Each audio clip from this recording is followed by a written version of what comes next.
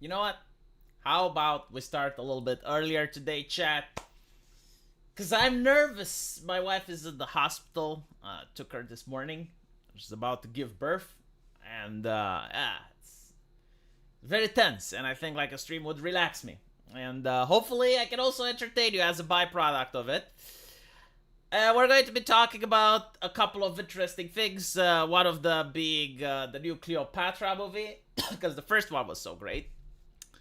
And we're also going to be discussing something about disabilities. Very important topic. Extremely so. And yeah, let's see. Maybe there's other news as well, because I haven't really checked. I'm going in raw. As I mentioned, wife is about to give birth, so I'm a little bit nervous today. Not a lot, just a little bit. Hello, dog. What went on in ancient Ethiopia? Well, I'll tell you this. This is a question I always ask, and no one is pressing me on it. But, like, why do you think that Hollywood just flat out refuses to depict actual culture from Africa?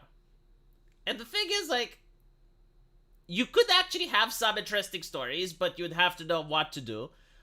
You'd either have to go through the folklore and make like a Conan the Barbarian in Africa, right? So like the same thing like we had Hercules and Xena in ancient Greece. You can have like a similar setting with African folklore and black protagonists, and people would probably love that if it's done well. You could have a story that takes place in the apartheid period, and it's like a emotional story. But if you actually want to depict African history, it's kind of difficult to do it without portraying black people in a bad light. This is because there have been constant wars, there has been constant struggles amongst different black people. And the story that most Americans learned in school, which is like white people went to Africa and they just grabbed, a couple of black people, started selling them as slaves, is not entirely correct. The actual history is about the Congo kings, which made a deal with the Portugal, and they had a monopoly on slaves. So like the Congo kings, which were black people, would actually go into the mainland Africa. And white people couldn't do that because vaccines weren't invented back then, and there was the possibility of getting various tropical diseases that Europeans had absolutely no immunity of. So they would rely on the Congo kings to do that, and they would have like a very strict code of laws, and one of the punishment was that you'd actually be sent into slavery. But they would also instigate wars with neighboring tribes, and then sell those to not just the Europeans, but they would sell it to the Muslims, to the Islamic Empire. And if you had the choice between being sold to the Islamic Empire or the Europeans, like take into account that the Islamic Empire would often castrate black males because they believe that it would make them more docile. So they didn't have anesthetic back then as well, right? So like the choice is obviously like it's best to be free, but like if you are captured, then you had the opportunity. But anyway, right? So like if they were to make movies about that time period in history, I'm pretty sure like liberals on Twitter would spurg out. Even if it's historically accurate, they would really freak out. And there would be probably like a lot of Americans that didn't know it. It would completely fuck up with the narrative. So that's why they're not making any movies that are from Africa, right? Now you can make actually interesting things about the Zulu Empire and the way they fought off the British Empire. In fact, they actually did make such a historical movie, which was amazing because they studied the battle tactics of the British Empire, and they did it pretty good. But unfortunately, they're not going to do that anymore, right? Because it has to portray the British in a semi-positive light as well, because they fought with bravery. And, it's, I guess, whatever. We're not going to see anything coming from Africa anytime soon in Hollywood. But what we will get to see is treating black people, like South Park said it, as if they're the spice melange, right? Like, no movie can be greenlit without the spice. So the spice must flow.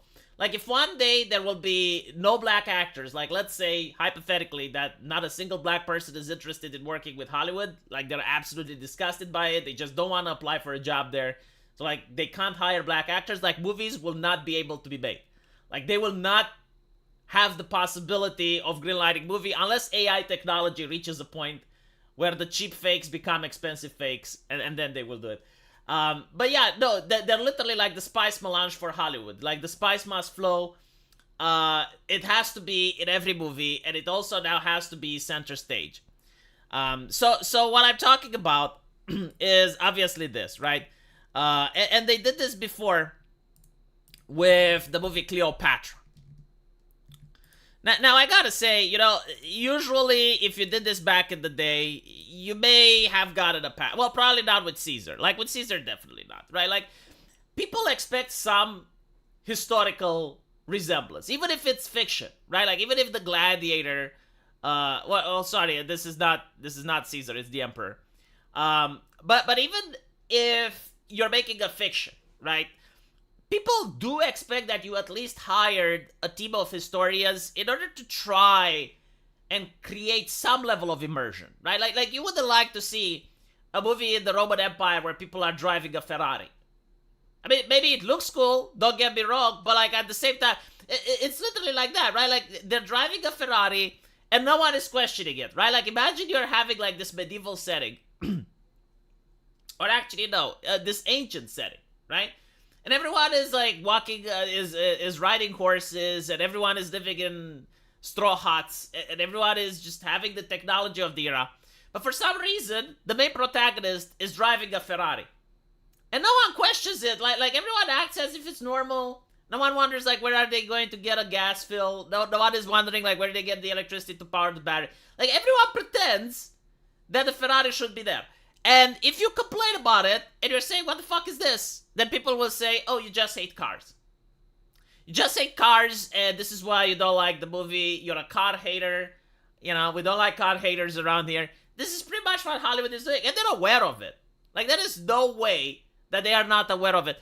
They have a team of experts that analyze the market. They know that there is backlash, okay? And I think, like, they want the backlash, because if you have a movie like The Gladiator, there is absolutely nothing stopping them from inserting a black character, which is a friend of the main character, and he's also captured and he's forced to do the gladiating, right? Like, that would make sense. No one would be upset. I mean, the Roman Empire did go through Africa. Like, it would make historical sense.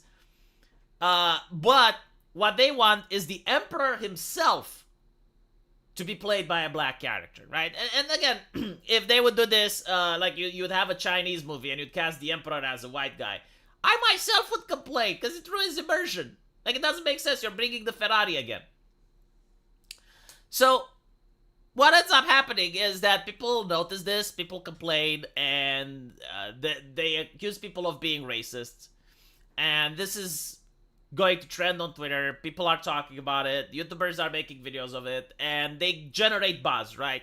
Like, you probably wouldn't know that Gladiator 2 exists if it wasn't for this.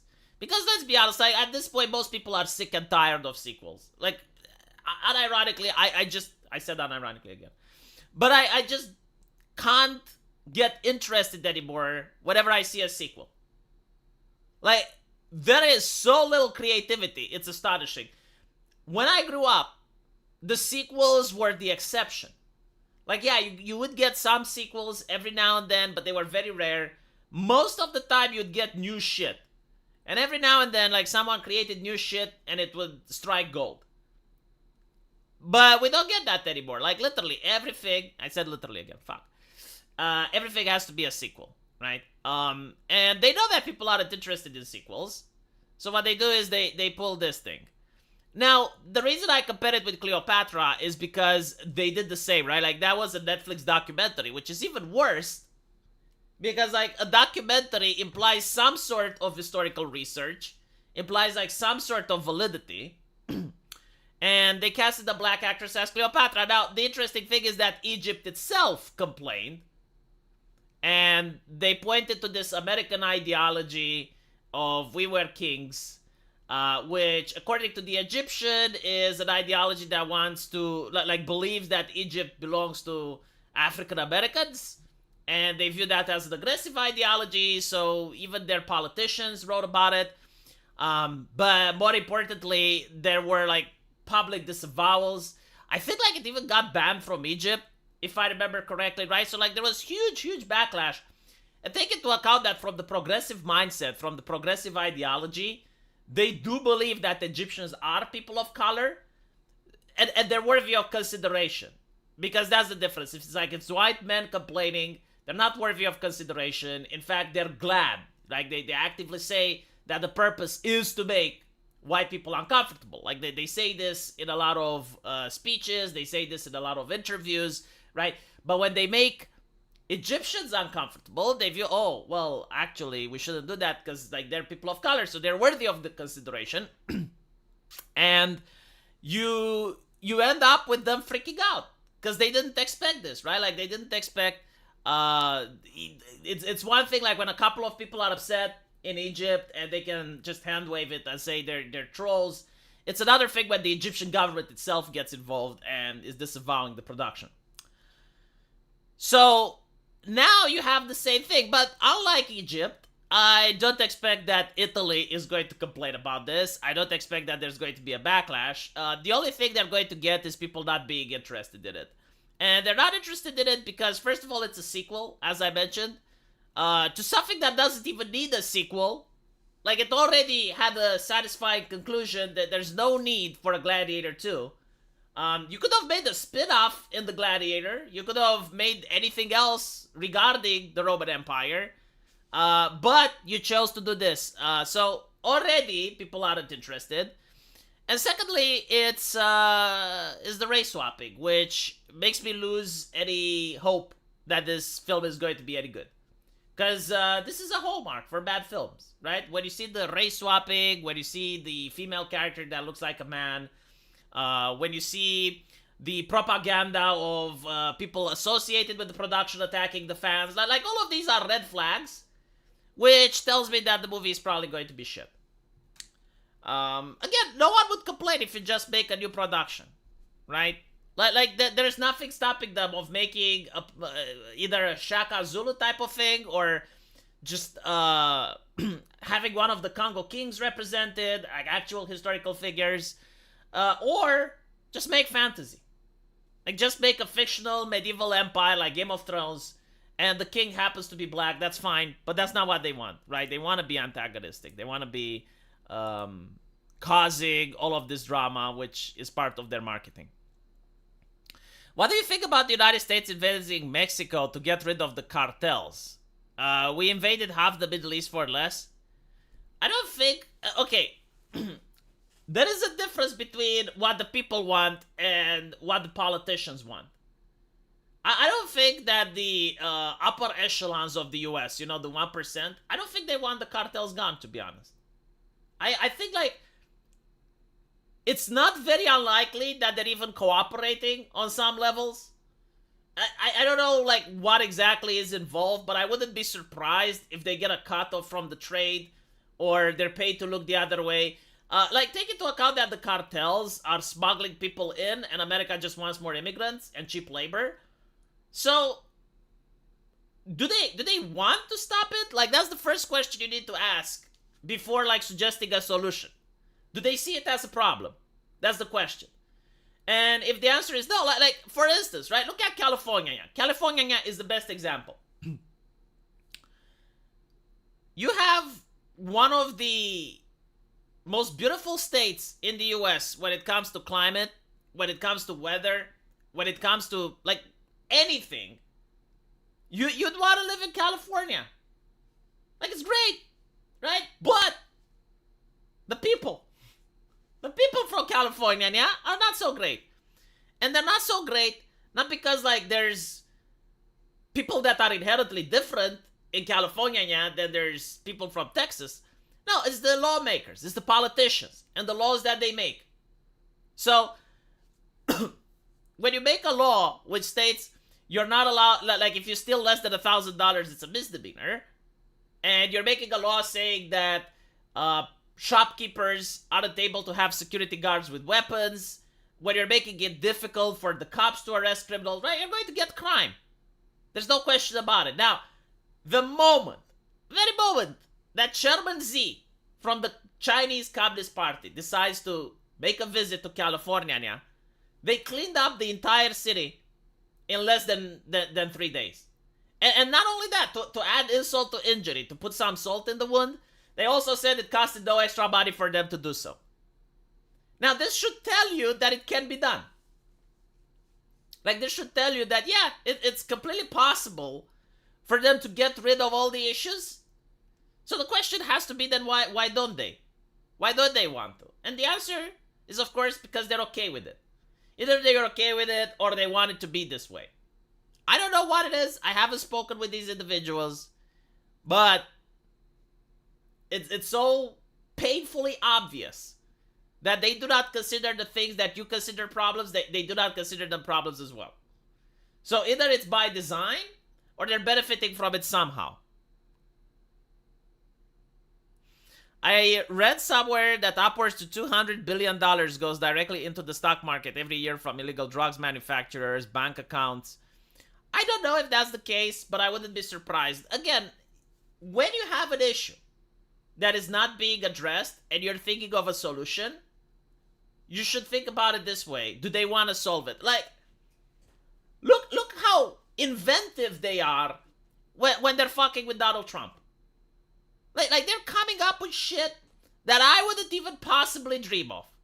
Right? Like, raise the statute of limitations for certain crimes, and then, it just so happens that despite the fact that Donald Trump got out of that statute of limitation, now it applies, right? Like, they're coming up with stuff that, even if I were paid to think about it, and I would have to think about it for, like, a month, I get a month prep time, I wouldn't come with it. So the answer is that they do have smart people. They do have people that can come up with solutions for the problems. But do they want to fix the problem?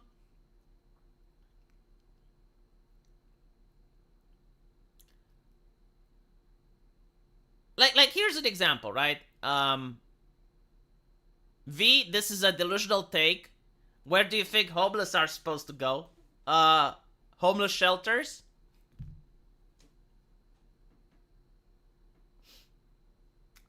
Now, here's the thing.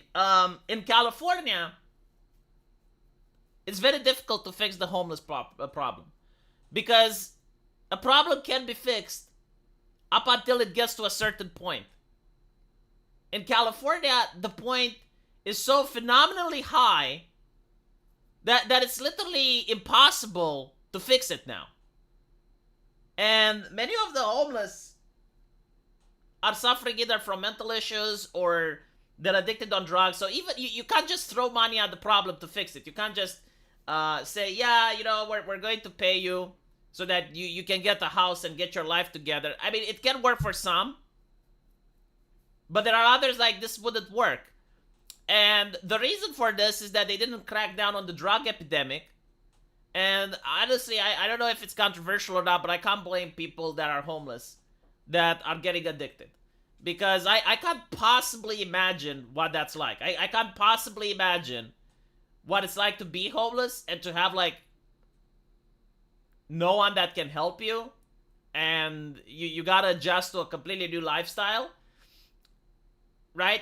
And like, every single day, you just want it to pass faster. So I get it. No, I seriously do get it. However, you like when it gets to this level, when you have so many homeless, I don't know what the solution is. I just don't know.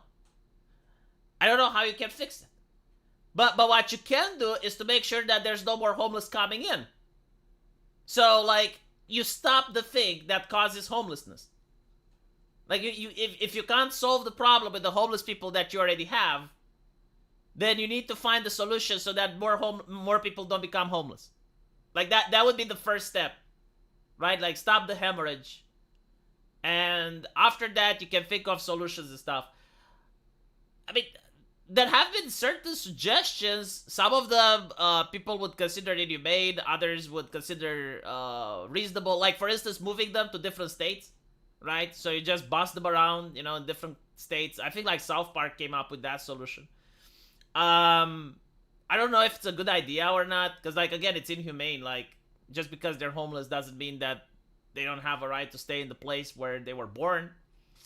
But many come to California because of the good weather. So, yeah, I don't know what to say. ship them to China for labor camps. Like, again, if the person has mental issues or is addicted, I don't think, even if you were to give them a job and pay them, right? I don't think that would work. Now, I do know certain homeless people that did manage to spin it around. I do have like huge compassion for the homelessness, even though I know like on the internet it's not the same, and especially like if people that live around actual homeless people that are violent or have certain issues, like they will have different opinions than me. But there are certain, like it can happen to anyone, right? Like it can happen to you as well. If your house catches fire, congratulations, you're now homeless. If you lose your job and can't get employment soon and you don't have any family members left, congratulations, you're homeless, right? Like it can literally happen to people. So this is why I'm not very harsh on this issue. Um, but I do know like homeless people that managed to turn it around. So there's this guy. I don't think it was Xavier. I forgot the actual name of him. But when I first spoke with him, I had that interview because he was homeless, and I was like genuinely curious to know how it's like. I'm really fascinated about this subject, and he basically said that like life is hard, and sometimes he has like this pizza store where he orders right before closing, and what happens is that the pizza delivery guy, when he realizes that is the wrong address, he throws away the pizza because he doesn't bring it back because the store is closed, and he would go and he would pick it up and eat it, like stuff like that. And yeah, he also talked about that there was this other guy that was homeless and he was making hundreds of thousands of dollars because he managed to figure out a system of begging, like begging in the right places at the right time. And he managed to get a house, but he would keep begging because that was what he did. So anyway, like this guy manages to turn his life around, manages to find someone that would allow him to bunk in, and they put their resources together. They rent this place, and eventually he gets a job, and then he gets another job, and now I think like he's working for the government and he's making a lot of money. So there are people that manage to turn their life around. And even in my real life, like I have known a couple of people at med school. I think there were two of them, and they would tell me that yeah, like at one point in their life they were homeless. It wasn't like they were on the streets, but they had to go from friend to friend and couch surf, and it was very difficult. So, yeah, like being completely emotionless about the subject, I don't think it's the way to go. I do understand that other people they just make the bad decisions voluntarily, and you get like a little less empathy for that. Like if you're going to just make the wrong decision again and again, and you end up in a situation where you're homeless, then well, what can I say? Especially like people who gamble, people who, uh, yeah, like gambling, alcohol, substance abuse. These are the things, right? Best of luck with your baby. Why, thank you, Friendly Fire. You made me anxious again because I just calmed down, for fuck's sakes. I just calmed down. I was doing the stream to get my mind off it. Yeah, for those of you who came in later, my wife is at the hospital right now. I took her this morning, and they're going to induce labor on her tomorrow. So I'm very nervous because I hope like everything is going to go well and the baby is healthy. So I'm trying to distract myself by doing this live stream. And it was working until Friendly Fire came in. And I do appreciate it though. But still. Communities should own the people they create. If someone is all fucked up, the community has a part in it. See, this actually works in small towns or villages. Like, people actually care about each other and they do form communities. But if you're talking about a major city where you have skyscrapers and shit, ain't no one gonna feel responsible. You're not going to feel responsible if you live in the high rise at floor 46 and you're going to your job and you're coming up. You're not going to feel any responsibility for that.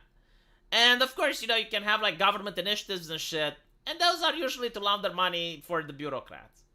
So no, you're not going to be able to enjoy the same quality of life that you do in a village or in a town, right? Where you think like communities are a small number of people. But when you have like millions of people, they don't form connections. They don't form communities. I will be a great dad. I don't know. I hope so. I mean, I don't feel prepared, but it's fine, Friendly Fire. I'm also joking. I don't really feel prepared for being a dad, but yeah. American Outlier, thank you for the $2. V, hope your day is good. It's not. My wife is at the hospital preparing to give birth, so I'm very nervous. But thank you for the $2 and check the Discord news. Let's see what news do we have.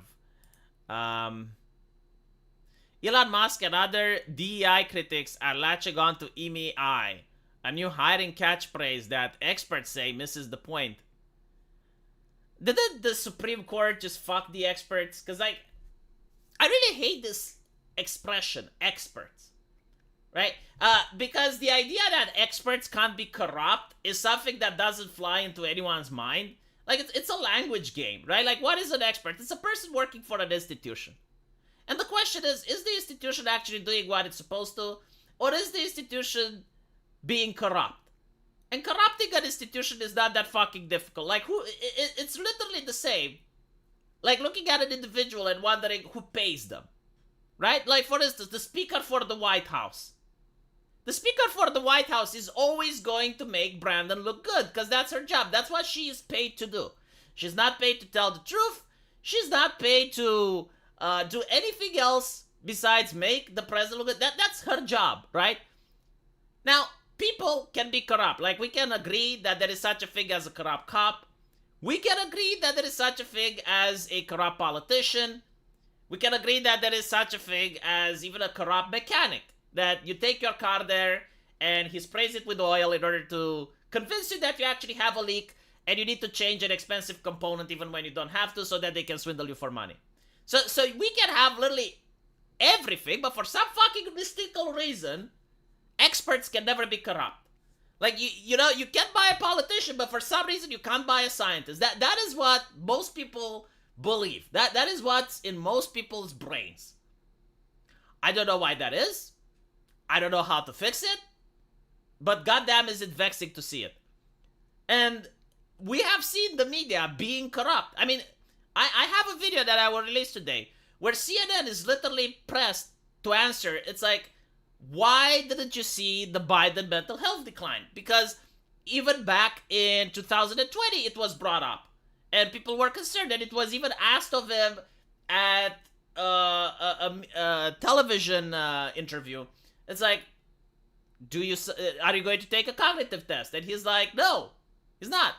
But the fact that the question was asked means that enough people saw the problem that they felt the need to bring it up. And up until this point, the mainstream media, which are the experts in news, didn't decide to cover it. And they go on and explain. It's like, well, we were afraid that we would be blocked access from the White House. And I'm like, I see, right. So when it's about CNN doxing individual people, that's fine. They're not afraid. When they're smearing the Covington kids, that's also fine. They're not afraid. But when it's asking legitimate questions that the public actually has, all of a sudden, no, we can't do that. And they even say they don't want to argue, they don't want to argue the Twitter sphere. It's like, fuck off, dude. But those are the experts, right? So you see the experts being corrupt, you see the experts being afraid. But for some reason, though, like, we have to believe that the experts are infallible. And notice that when an expert is wrong, there's no punishment either. Like, that's another thing. I can know that a doctor is more trustworthy than an expert. Because at least if the doctor fucks up, I can sue him. If the doctor fucks up, he can lose his medical license. Like, there are actual consequences for when a doctor fucks up. Now, are there doctors that manage to avoid consequences? Sure. But at least, like, the consequences are there. And you do know doctors that do lose their medical license. Like, you do know doctors that do get malpractice lawsuits. Like, they exist, right? But I don't know a single expert that has lost their job because they gave wrong expertise. Or they called it so bad that it was out of this world ridiculous.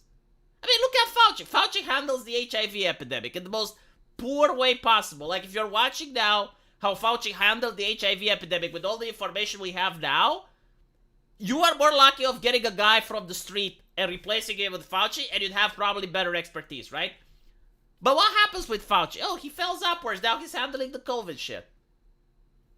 And these are the experts. So I really hate when people are saying, experts say this, experts say that. I don't fucking care what the experts say. Just tell me the argument. Just make the argument. So critics of corporate diversity, equity, and inclusion initiatives are latching on to a new initialism dubiously similar with MAI, short for Merit, Excellence, and Intelligence. It's coined by the co-founder and CEO of Scale AI, a startup valued at $4 billion. Hiring based on merit has benefited Scale, Wang argued, and the company landed opportunities like partnerships with OpenAI. We hire only the best people for the job, we seek out and demand excellence, and we unapologetically prefer people who are very smart. But what Wang and DEI detractors like Musk get wrong about DEI is that they believe considering diversity in hiring means ignoring all other qualifications several experts in DEI space tell Fortune. Well, those experts have to be fired. If you don't fire them, I will not believe experts. Because it's so fucking dumb that a 5-year-old can understand. The only way you can believe diversity doesn't exclude merit is if you believe that people are human resources, which is the most corporate shit ever. But like basically you believe that people are interchangeable parts. And you believe the Marxist labor theory of value that everyone produces equal amount of work. And that the only way like someone would end up with only Chinese people at a company is because they're racist. The reality is that DEI is race-based nepotism. In fact, it's not even race-based, it's ideological-based nepotism. It's the shit that helped destroy the Soviet economy. If you look at the Soviet economy, what happened was that you'd have massive factories that were producing at a very stable output, and then the boss's son, which was usually a member of the Communist Party, would be assigned a very important position at the company.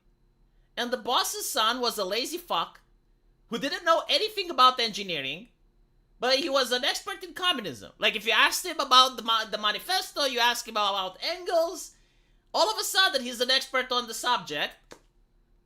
However, he doesn't know anything about engineering, but he is placed in a position of power. So what happens is he makes the ideological calls rather than the ones that require engineering knowledge. The workers start hating him because nothing is more soul crushing than when you know how to do a job, but someone forces you to do it poorly. Like for instance, you know how to cook a dish, and you have a person telling you that you need to cook it with the fire at maximum. And you're like, no, this will burn the dish. And he's like, no, it will cook it faster. And you insist like, no, like, listen, I know how to do it. And they're like, no, I'm your boss. You do it how I tell you. So you start making the worst dishes possible. Like, if you are actually passionate about cooking and you actually want to make a good dish, it is soul crushing. And this is exactly what many people in the factories had to deal with. And it's also what artists and coders and developers have to deal with right now in the West under the DEI shit. So basically, right, through nepotism, by putting people in positions of power that were just like related to the boss. And by the way, like the comments were always the same. It's like, oh, you hate the boss's son? Oh, you just hate it because he's a party member. You don't like communism? Like what? You think like the boss's son can do the same job that everyone else can? Honestly, like if you guys lived through the time, you would see the shocking similarities between DEI and the nepotism that was in the Soviet Union, except that the nepotism in the Soviet Union was blood related. That is the only thing. It was just like people were connected through blood, so they would promote their families in positions of authority. But in the West, I'm willing to bet there may be some of that, but it's probably more like the fraternities that these people go, right? Like you have all these sororities at gender studies or grievance studies, and they know each other, and they network with each other, and they promote from the same pool of people. But the idea that they're promoting merit is absolutely batshit insane. I mean, look at Joe Biden, right? He goes out and he says that he wants a black woman as a Supreme Court justice. So it doesn't matter. Like let's assume for the sake of the argument that you have this person who is the best judge in the United States. Like all of his decisions are just spot on, and he knows all the laws that were passed before. He knows them by heart. He knows the entire. He's also an expert in many things. He knows about the economy. He knows about IT. He knows about medicine. Like he's an expert in many fields, right? Best person for the job. You can't name a better person. But because he's Chinese or because he's Jewish, he's not a black woman. So he will never get the position. Right? That now the thing is that progressives believe that there must be a black woman that's of equal skill, so it's like an interchangeable part. But the answer is that's not the case all the time. And like for instance, you look at things that you can't really deny, like they're objectively true. And you look at the running competition, and Usain Bolt is the number one. Progressives would say, well, there must be also a white person out there that can run just as fast as Usain Bolt. But the answer is that it isn't. There is no one, right? Because he's the world champion. He is literally the best runner. So if you're hiring on merit, you cannot hire anyone else but Usain Bolt. If Usain Bolt applied, you are forced to hire him because you're hiring on merit. And you cannot hire literally anyone else. And this is why diversity is not about merit. Because diversity is like, okay, well, we need a Jewish person. Right? So you have Usain Bolt, and he's the best runner, and you're like, nope, you gotta be disqualified. We're not going to hire you. We need to hire a Jewish person. So you're going to go for from the pool of applicants, because you can't like look at all the Jewish people in the world or all the Jewish people in America. You can only pick the one that actually walks through the door and wants to apply for a job. And that's really random. It's really based up to chance. But if you have someone that's mediocre or isn't good, well, you're throwing away Usain Bolt for this new guy. And the damage is visible. The damage is very visible in the entertainment industry. Some people will deny that Boeing has anything to do with it, but it's a little bit of either or. The most visible thing where diversity actually, unironically, I said it again, fuck, I need to stop saying unironically, but where diversity did kill people is the Titan sub. So for those of you who didn't follow it, I love how fast they buried this part of the story. But the CEO of the company said in an article, and this is public, you can Google it, he said that there's too many straight white men that are driving submarines and they're doing engineering with submarines, so he wants to promote diversity.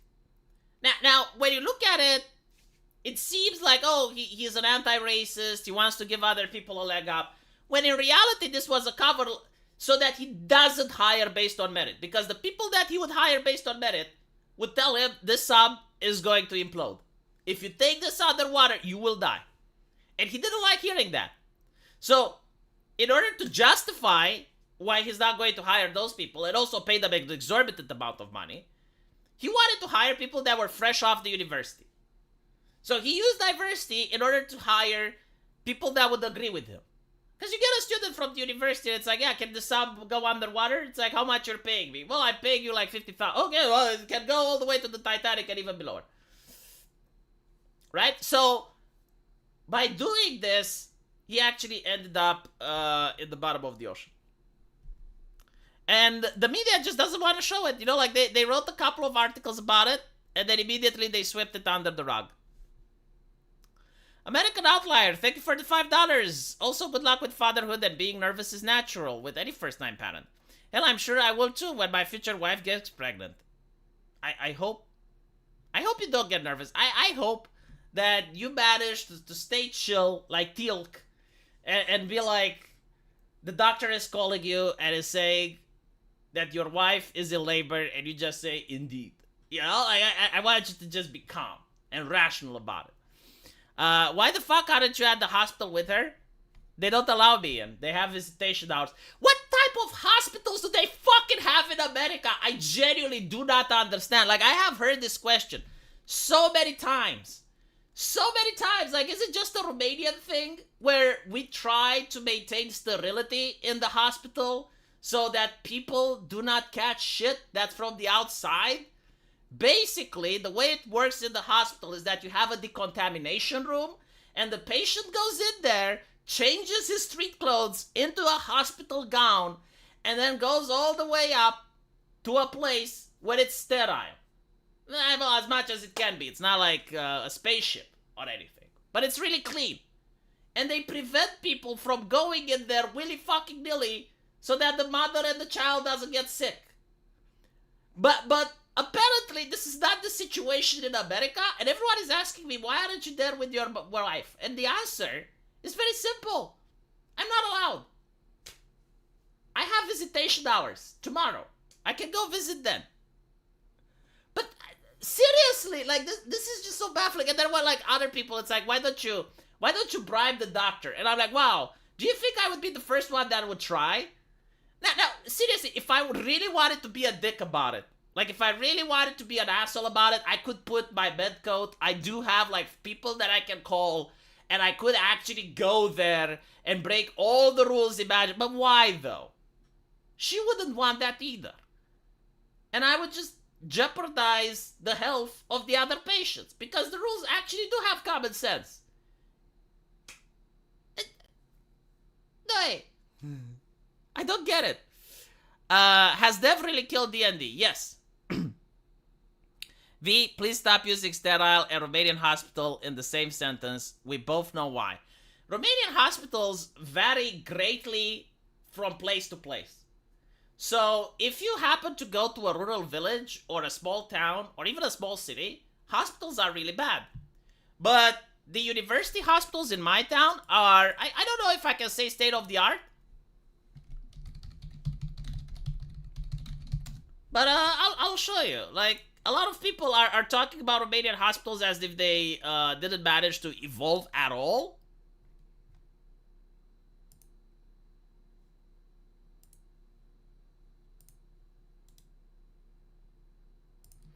But they don't look like things looked during communism.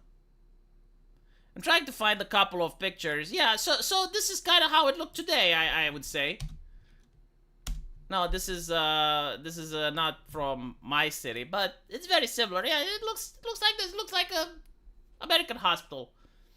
So it depends where you go. The one that my wife is at is incredibly clean, because I did manage to go all the way up to the sterilization room, the contamination room, in order to help her with the baggage. And it's a lot better than when I worked there. But even when I worked there, it was really clean. So no, just because it's Romanian, the meme just doesn't stand. Like, it used to exist. I know. Like, I know. But like now it's different. VDI also killed people. Send link in Discord, and from the experts, that was fact-checked if chat remembers that all female engineers bridge collapse in Florida. Yeah, the cope that they like to say is that, well, there have been many bridges that collapsed, and only men worked on them, so like this proves nothing. Which, to be honest, like, okay, fine, I suppose. Like, you can't really prove it 100%. Can you sleep on those chairs? No. Canadian hospitals just try to kill you. There are a lot of stories in the news with people that are being suggested maids, like even if they're veterans, even if they have like a little pain. The more interesting one was a lady that had vaccine injuries, and they didn't know what to do, so they suggested, well, I mean, you can get the maids if you want. And I'm like, holy shit. And the reason is it's protocol to ask, I think, right? Like, if the person is in huge pain, regardless of what caused it, you're forced to ask. Fathers in Romania don't attend their children's births? No. Jesus fucking Christ. My wife wouldn't want me to do it. Holy shit. Why would I want to see my wife in that way? Like, she wouldn't want me to see her in that way. No, we don't. I think, like, if you go to a private hospital, but it's, like, really expensive, you have the option. But, like, my wife wouldn't be comfortable with me there.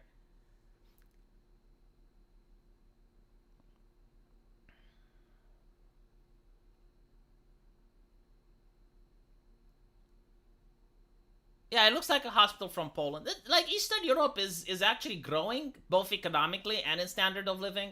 So it's not like fair to compare it to how it used to be in the 2000s or the 1990s. I don't know, V. That's kind of weird.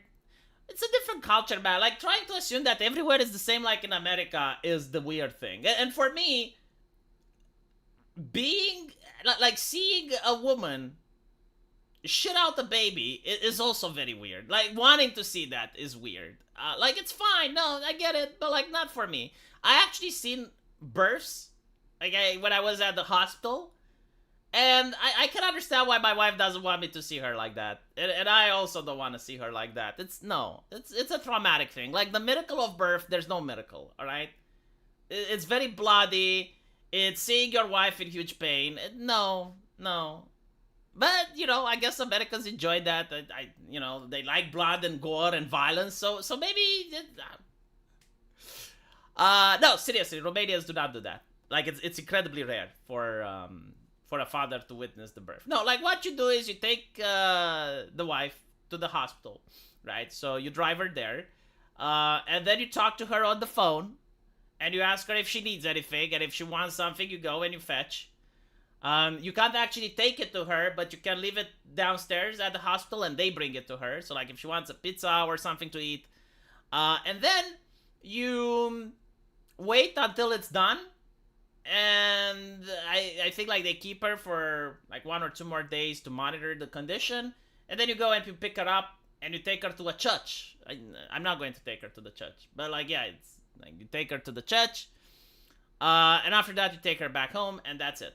Right, so that's the Romanian tradition. I don't think many Romanians actually want to witness the birth. The women don't want to be witnessed while giving birth. I mean, imagine if you're shitting a baby up your ass. No, seriously, put yourself in that position, right? Like your legs spread on a table, crotch up, and you're shitting the baby. Would you want your wife to look into your pooker? Right? I can definitely understand why she feels like that. I believe Eastern Europe quality of life is growing because of the new rise of Christianity, being white and valuing beauty. It's also growing because the West is failing. Like, if the West kept growing rather than failing, Europe wouldn't be able to catch up.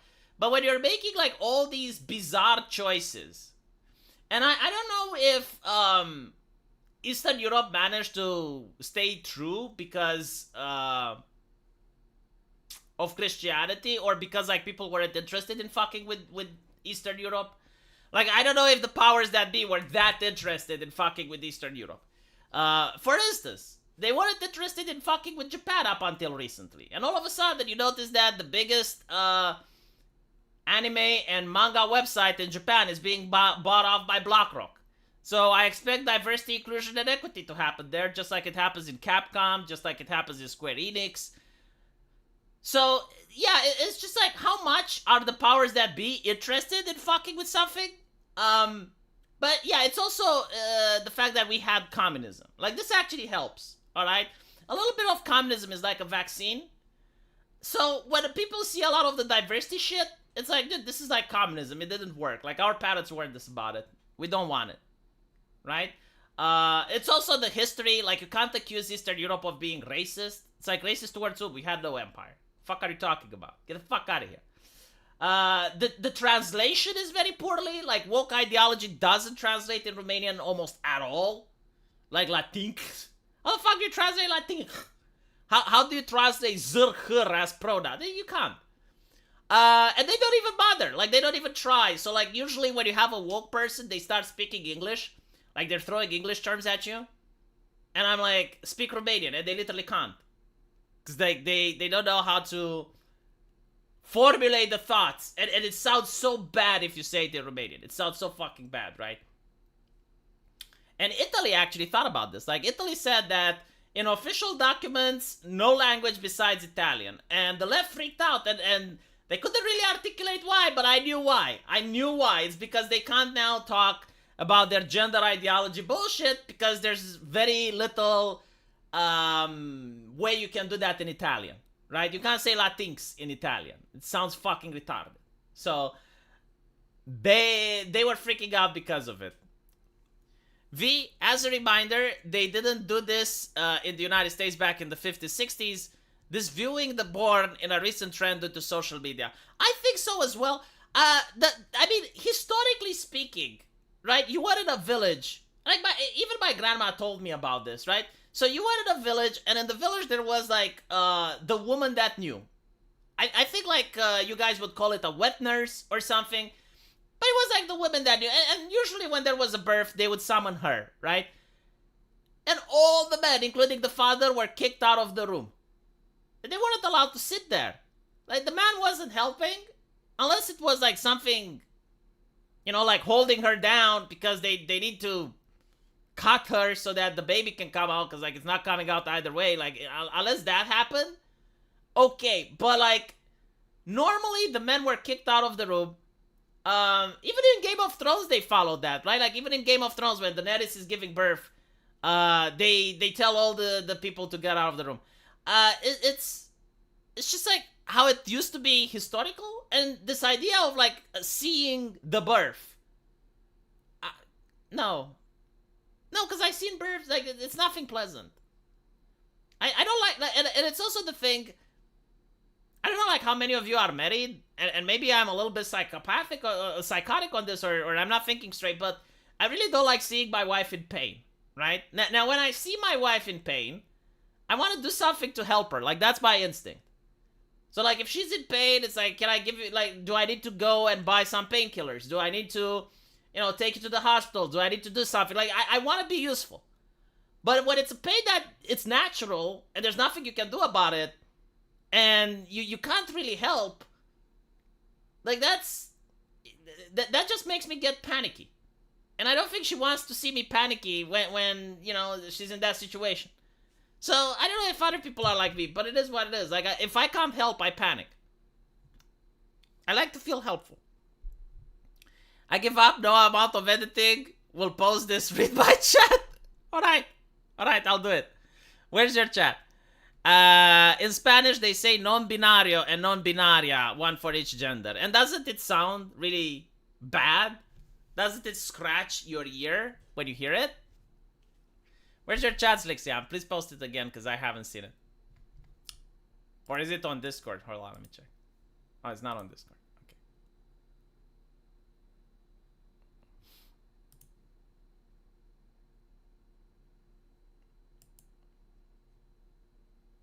I'm waiting for Zixian with excitement. I don't want to miss it because he gave me a super chat and then I would feel bad. See, it makes sense though. In the past, you would have the whole eagle women with you. Your wife doesn't have that. No, she's got doctors that I actually know and trust.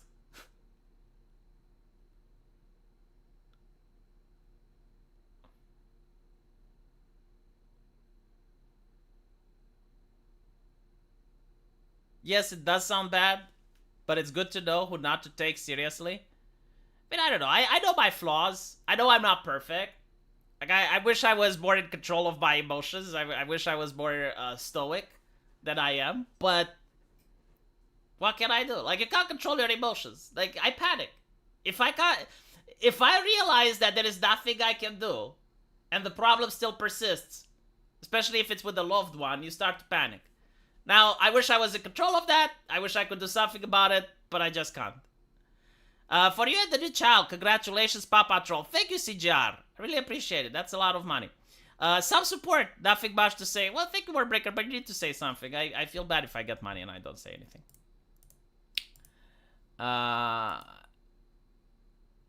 I don't know why this is not showing up in chat. I don't understand why women tolerate childbirth. If you told me 9 months, a screaming poop machine would tear it out of my way from the privates. I would end it or myself. Believe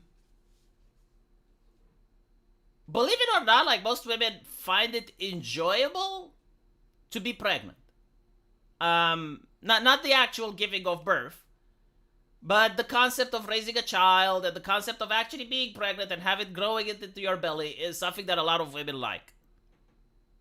And that's why they do it. Now, the birth itself, the first one is the most painful. However, after the first one, they're still painful, but they're a lot easier. Now, I will tell you this. Between a kick in the nuts and giving birth, I think that the kick in the nuts is worse, because I never heard anyone getting kicked in the nuts and wanting another kick. But I did hear, like, women giving birth and wanting a second kid. So, Uh, why do they want it? I don't feel like you think of the consequences necessarily, right? Like when you have a kid, you're not thinking that, oh, it's going to be so painful and the birth and like, right? Like your mind is more fixated on, oh, there's going to be a new life growing inside me. Oh, I'm going to be a mother. Oh, I'm going to take care of someone, and like that's why they do it.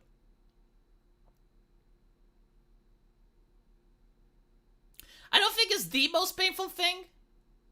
I genuinely don't. I mean, it is painful. All right, it's definitely very painful, but I don't think it is the most painful. Um,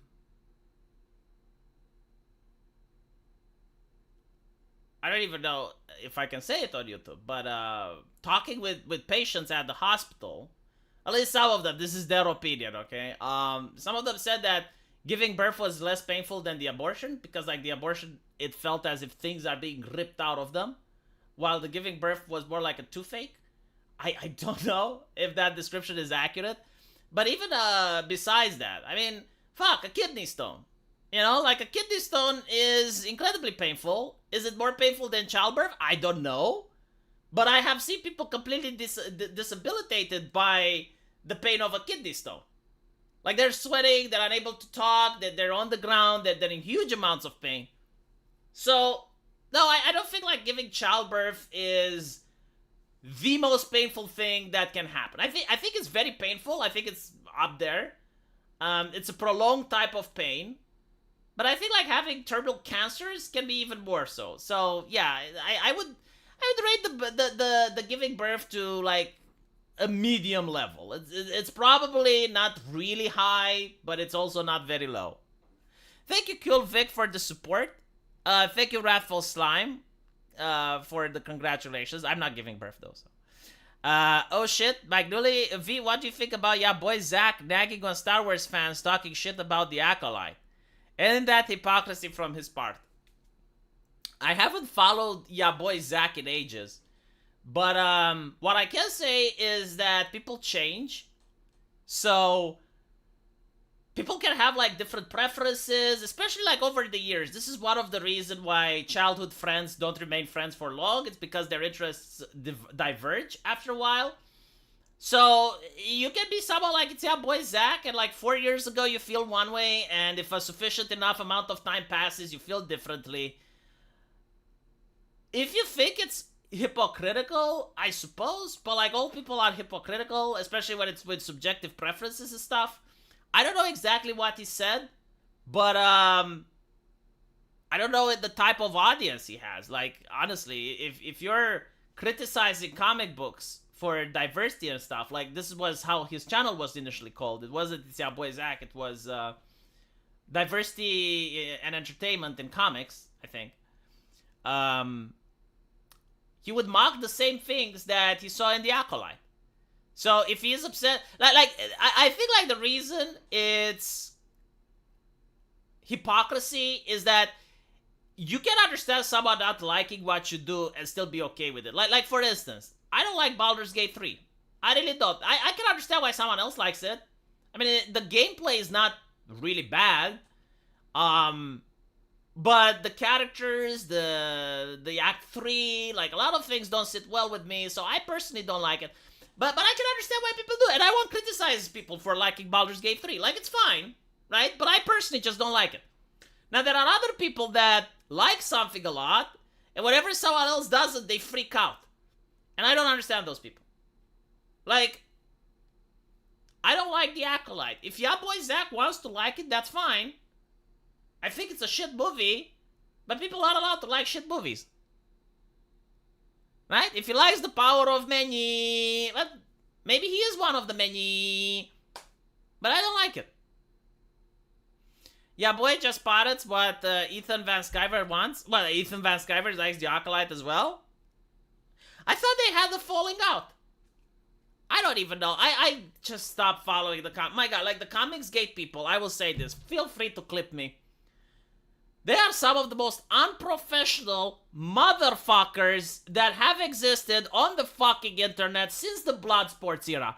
I have not seen so much unprofessionalism and drama like it's a fucking high school play then with the twats involved in Comicsgate, almost every single one of them, except Anna because she has big tits, but like everyone else, fuck me. Every single week they're milking something. Just shut the fuck up and make your own fucking comic and print money. Why is it so hard? Why do you encourage boycotts amongst yourself, you fucking morons? You're part of a dying industry. Manga is bending you over and ramming you up the tushy, and all you fucking do is you spite at each other over petty grievances that at this point I'm pretty sure cannot be even fucking patched. Grown-ass men are behaving like teenage girls. Someone explain to me why. Why in the fuck is it that every single time I talk with one of these chuckleheads and then I bring up some other twat, they're like, oh, I don't talk with this guy anymore. And I'm like, why did you do it? Like what happened? And they post this entire fucking wall of text that's like, dude, I don't care. I don't care. Like, I have seen content creators that have like some level of arrogance to them, that have like this god complex to them, but they pale in comparison with these fucks. My fucking god. Like, I just want you to understand, alright? It's not just that they're now renowned artists, which already goes to your fucking head. Like, when you're good at something, it goes to your head, right? No more humility, you're arrogant as fuck, but hey, it's deserved, right? It's deserved, because you do the job better than anyone, so you know that you can be a dick to people, and no one can replace you, okay? So you are hot shit. You are absolutely fucking 100% hot shit. If even that Skyver or Eric July listens to me, yes, you guys are hot shit. But the problem is now they're streamers. And streamers is another thing that goes into your fucking head, right? Like, you're just twat in your basement, in your bedroom, whatever the fuck, right? Like, you're this guy, and you go on the internet and you get like tens of thousands of people listening to you. You get like a stadium of people that latch on to your every word and give you money just for existing. That goes to your head even more, right? So you take a person that has like the artistry that went to their head, that has like the legacy that created that went to their head, and you had the streaming that goes to their head, and it causes them to be like the most arrogant, cheeky little shit that you can imagine, right? But the problem is that they're not the only cheeky little shit. There are more cheeky little shits, and they cannot fucking coexist with each other. So they have to start all of this petty drama. But when you fucking zoom out, when you zoom out and you take a step back and you look at the bigger picture, you realize they're not cheeky little shits. Because, as I mentioned before, manga is pumping them up the arse. And you also have the actual comic book industry, which up until this day still hasn't fallen. They still aren't making more money than the mouse. So instead of arguing, they're like little toads, little tadpoles that are arguing over the little water that's fucking left. I don't know why. Why did it happen? Why couldn't they just shut the fuck up, be constructive, promote each other comics, create something? No. And it pains me because I fucking promoted it. I really wanted all of them, every single one, yes, every single one of them to be successful. But no, we can't. I gotta see, oh, this guy got arrested. Why? He went to this why? Well, Eric July, I don't fucking care. Just fuck me. It's like, good God. Anyway. Haha. Speaking of comic books, we're fighting for has a fan box now, and we appreciate your support. Gotta shield when it's convenient. I'll post the link. Yeah, just click on American Outliers link and go to his comic. I support it. You know, I do not see American Outlier doing the same spurgery as the people from Comicsgate. I do not see him causing the same fucking drama. Maybe it's because it's manga. I don't know. It's not manga. It's a comic. He's American.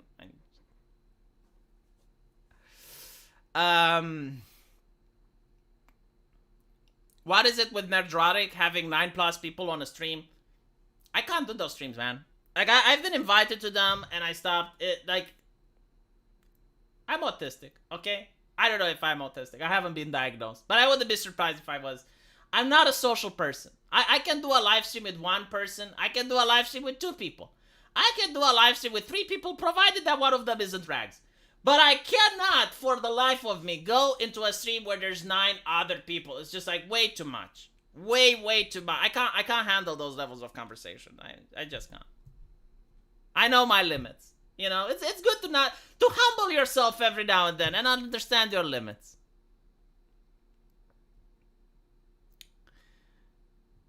I do have a touch of autism. It's impossible to not be on the internet for so long and not have a touch of autism. Um, this rant was amazing. It's literally how I feel. It's why I stopped covering these people. It's why I'm not even interested. Like they actually had something. They had momentum. They were creating something powerful. There were websites that would ban right wingers and wouldn't ban them because they knew they were profitable and they were staying together. And when a website banned them, a lot of people pulled out from that website. They actually had some force to make change. And they pissed it all away. Now, you know, it's not my place to say. I mean, shit. I'm not the judge or anything. I'm just disappointed. Wasn't interested in the comic books, by the way. I was interested in the fact that I do not like the current level of censorship that there is, and I think like more independent creators is good. I mean, fuck, even I, with my shitty little game, right? I'm promoting other people are promoting me. People that make smut on the internet have a tighter fucking community than well-established actors, than well-established artists that worked in professional DC and Marvel. You have people that just make passion projects, okay? Like you would be surprised that most people that make drawings on the internet, they just happen to already have families and shit, and they do this as an entertainment, or they do this because they think it's like, well, it's a lot easier to make a video game like this than to make something more complex, right? So the market isn't that, there's not that much competition in the market, so whatever, you know, you flip some assets, you make some money. I don't think like that, but other people do, whatever, you know. But they have like a tighter community, and they promote each other much more than the respectable doctors and engineers of our society. How is that? Like, why is it possible? Why is it that the people that normally you would look down at and you would disconsider, they actually manage to get their shit together and focus on business than the actual people that are supposed to come from all these famous companies, these American companies, and they can't just behave like fucking adults. God. V, do you and your lady share interests, entertainment-wise, like anime, video games? I mean, of course, like, if we didn't, we probably wouldn't have gotten married. My wife likes anime. She plays some video games, but only if I'm there. Like, she doesn't like playing alone. And as entertainment, we like traveling. We haven't traveled since she got pregnant, though. She didn't want to. And to be honest, I didn't force her either.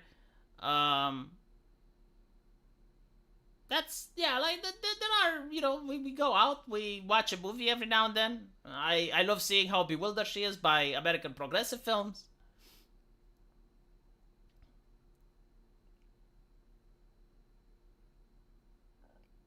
Yeah, then there's also, like, stuff that she does, which I don't like, and vice versa. Like, she watches, there's this TV show called The Bride, like, reality shows. I don't like that. You know, so it's fine, you know, she watches them without me, and the video games that I play, like I play Age of Empires, she doesn't understand them at all.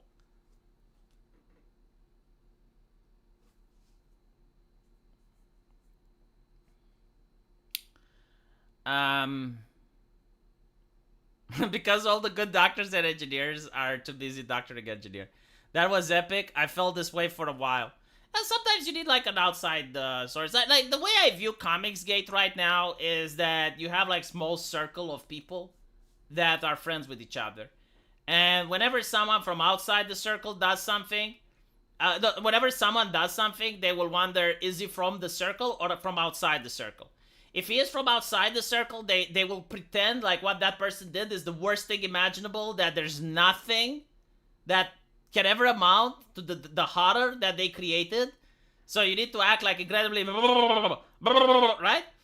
And if he's a friend, then if they do like something bad, then everyone is like, well, it's not that bad. Like, come on, you know. But the other guy has, and it's like, oh, it's so fucking obvious.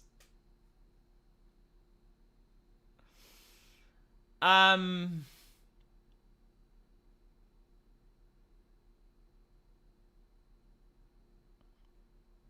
humanity. I hate it too.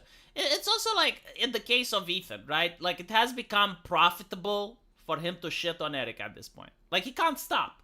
There is no way that he can. Like his audience keeps paying him. So the moment that Ethan will stop shitting on Eric July is if A, Eric July leaves the internet, incredibly unlikely. B, if people stop paying him. Like if people just stop watching those streams. And that's not gonna happen, right? So he's going to shit on Eric July as long as Trump shits, as long as Thunderfoot shits on Elon Musk. Right? Like, for those of you who don't know, I will show you this here.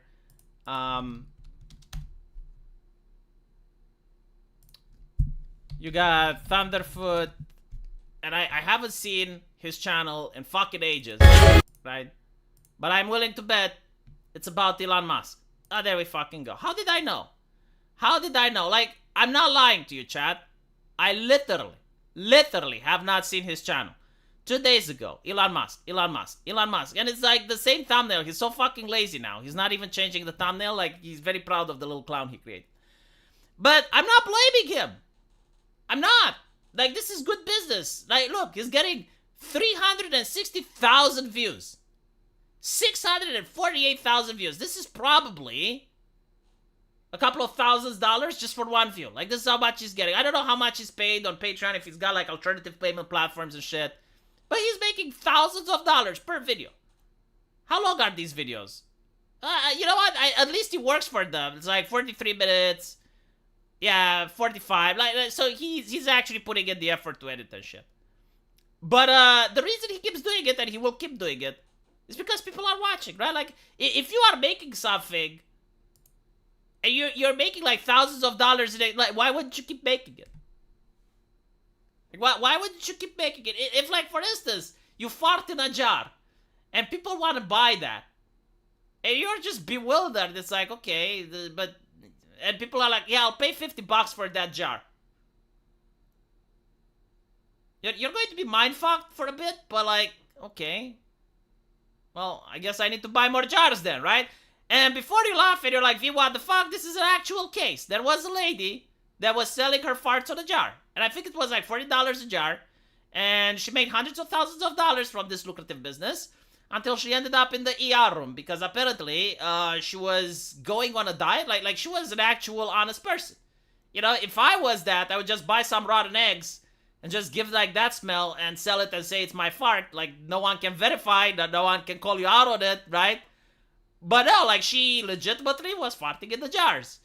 And in order to do that, like, she had to go on various diets in order to stimulate the body, right? And she ends up in the hospital. And then she said that she's not going to fart in a jar anymore. They believe that it was a heart attack. You can usually misdiagnose a heart attack if you have like abdominal pain. Like the lower right ventricle can be confused with abdominal pain. So like, yeah, she was afraid. She got spooked. So now she's farting in less jars. I don't know if she stopped completely though. But she's in the news, right? So my point is, if you do something lame and people pay you for it, and you're making money hand over fist, it's very difficult to stop. What do you need video proof? I will show you the article if you don't believe me. Holy shit, Jesus. I didn't know people are such skeptics. My God. I know because I'm covering these things. Look. Woman who sells farts in jars retires after being hospitalized. Right. I guess they're cute jars, right? Like, it's not the type of pickle jar that my grandma used. My grandma never had money to buy these jars. Steph apparently thought she was having a stroke, but eventually learned that excessively farting in the jars and the diet that comes with demanding was too much for her body to handle. She was pooping out to 50 jar of farts a week, which required her to increase her fiber intake. Right? So there you go. It's a real story. Please stop doubting me. On one hand, people ask me to stop saying unironically. On the other hand, when I do not say it and I just tell the story, people don't fucking believe me. Why is it Why is it that you're making me pull up this vile shit just to show you that I'm not lying, huh? Why can't you just take my fucking word for it and stop acting like all my Romanian friends when I tell them that Joe Biden is senile? Why? Why is it?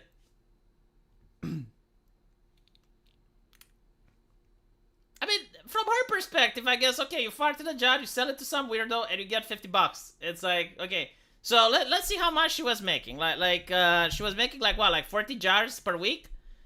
So, 40 jars times 40, 1,600 times 4, that's around 6,400 a month? Yeah, I mean, would you stop? Probably not. I did not, however, deduce. I did not take out the price for the jars, right? Like that's going to cut a little bit into the profit margins. And I also did not deduce the taxes.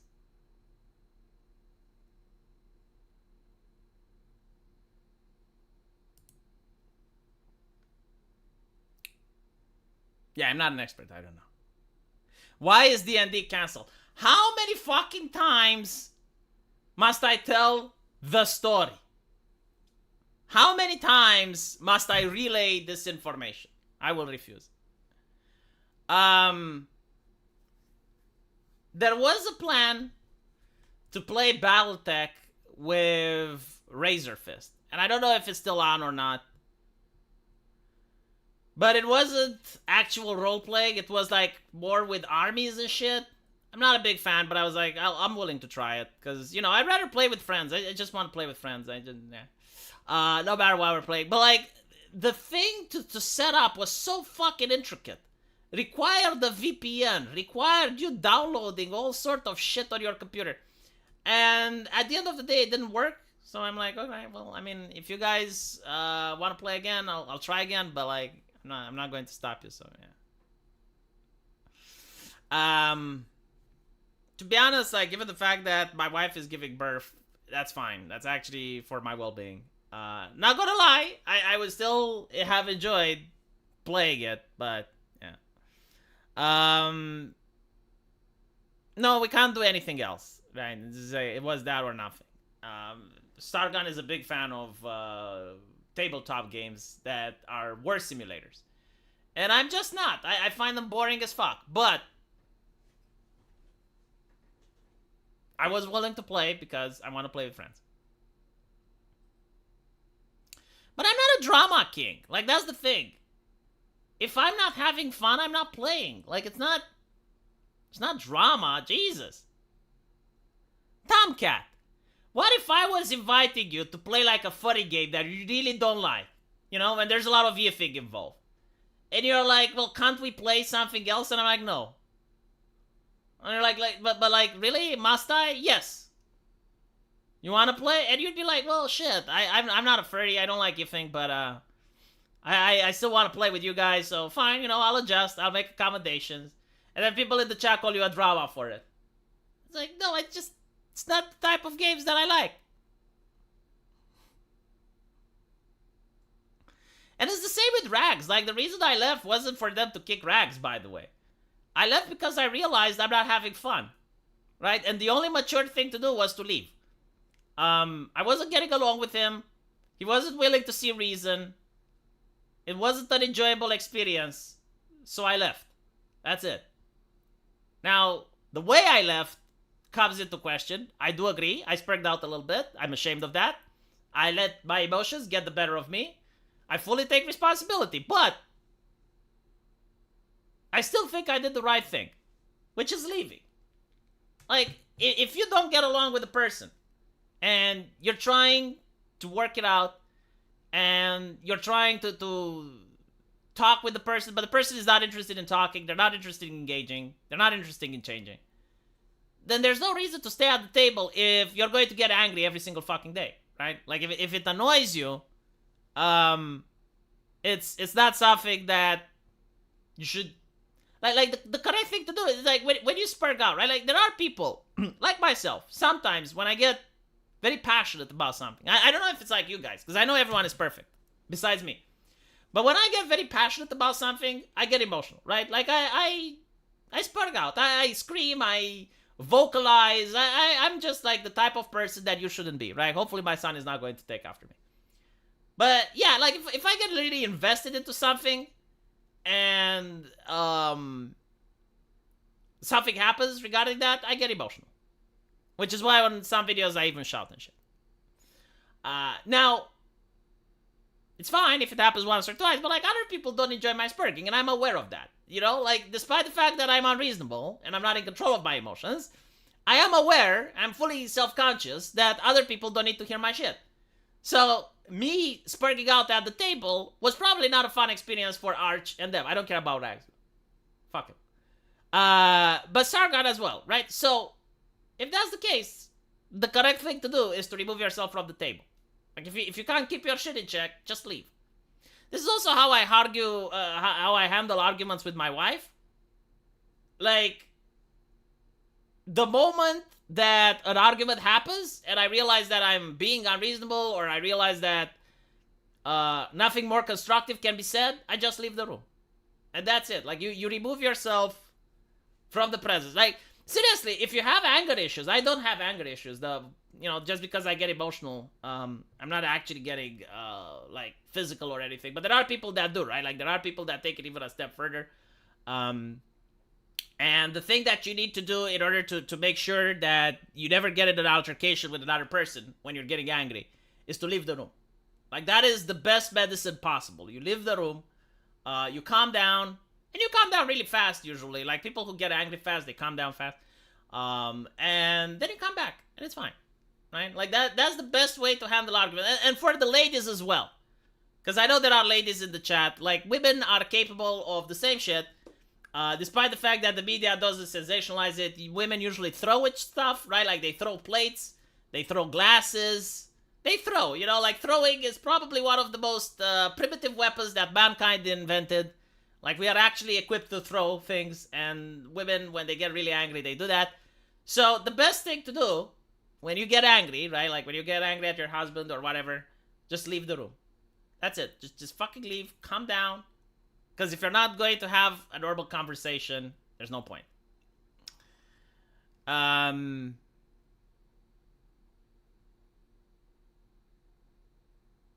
If you can't talk things out and the person is unwilling to listen, the next step is let your muscles do the talk. You'd be amazed on how fast it tears down entitlement. Jesus fucking Christ, dude. Like, don't behave with your wife like that. What the fuck? No, just calm down. Like, people are going to be able to listen, but sometimes people need to reflect. And it's very effective. Just leave the room, wait a little bit, then come back.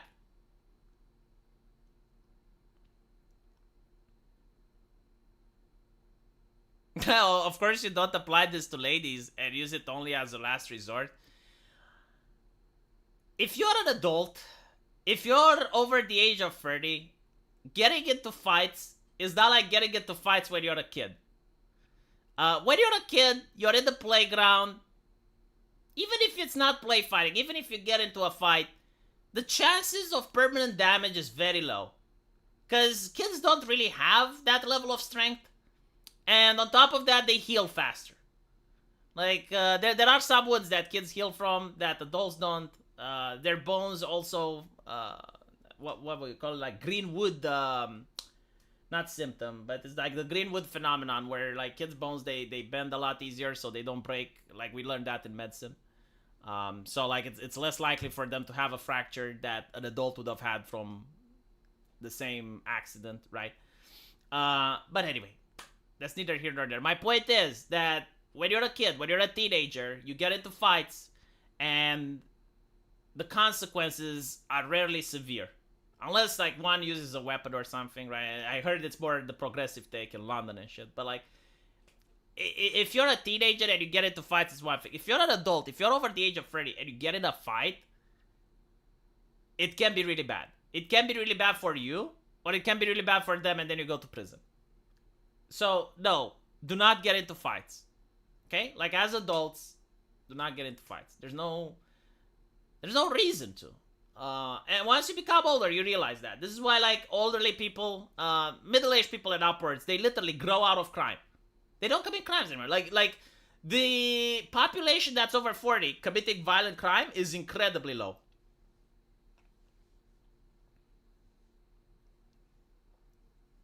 Many internet tough guys don't actually realize how dangerous fighting actually are.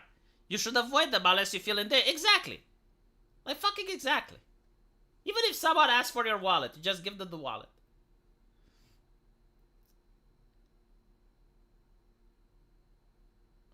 Yeah, no, I mean, violence is the ultimate authority from which... No. I mean, it's true, right? Like, the government has a monopoly on violence, but you're not an animal, right? Like, I have never, ever lifted my hand against a woman. Ever. I had women that actually hit me, though. I did have, like, this is the reason why I broke up with my ex. It was quite a fucking hilarious. Like, she would lose her shit, and she would start hitting me. And her hand hurt, basically, but the reason I broke up isn't because it was painful or anything. It was just fucking disrespectful. And I was like, look, I can't do this relationship. It's absolutely ridiculous. I know you like the Johnny Depp trial, but I don't like being Johnny Depp. So, yeah, we broke up because of that. And she was like this girl that was a lot tinier than me. Like her head was just all the way up to my chest. She was in med school as well. And yeah, like she would get aggressive. Like every now and then she would get angry and start hitting me. And I'm like, I don't appreciate that. And she kept doing it, and after a while we broke up. Yeah, I did date Amber. She was really good looking though. Like she was insanely good looking. Which is why I probably stayed a lot more than I should have. But yeah, you can encounter such ladies. And the problem is like I even thought about it rationally. It's like you do have impulses as a man, right? And in a fight when things are very tense, like all it takes is for a person to just jump at you and you react by pushing them away, but like because you're stronger you can push them and they get hit in a wall or something.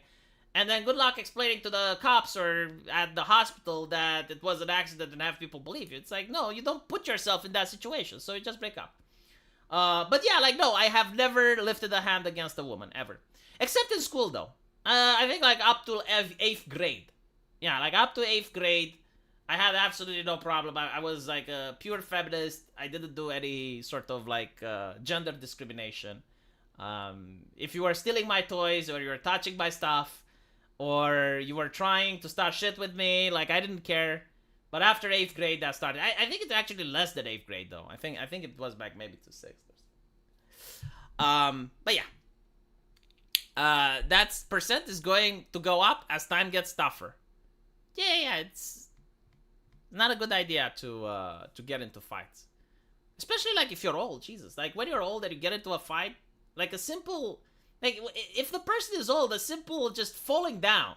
You know, like, when you're a kid, you fall down most of the times when you're running, when you're doing, like, a lot of stuff, and you just get back up. But when you're old and you fall down, you get a broken hip. So...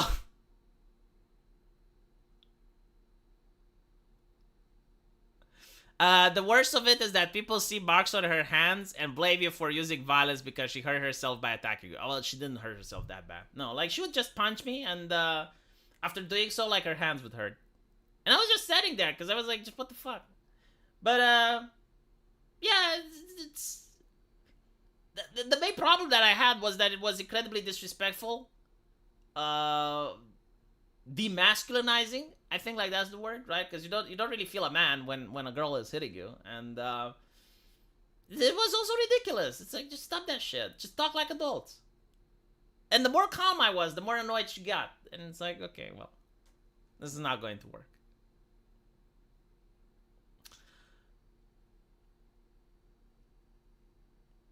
8th grade. It's not always possible to avoid violence, especially if a silence is not interesting. Yeah. I mean, obviously, right? But I try to position myself into a situation where no violence can happen. Like, I'm minding my own business. I'm making sure that I don't give people reason to feel disrespected or anything. Now, obviously, you know, if you go to Sweden or you go to London, and there's some guy groping your wife's ass on the street, like that's a different situation. But like, so far, I have been lucky enough to never get into a conflict where violence was required. Would you help me in my efforts in protecting anime? No. Some other time. Because right now, I'm leaving the stream.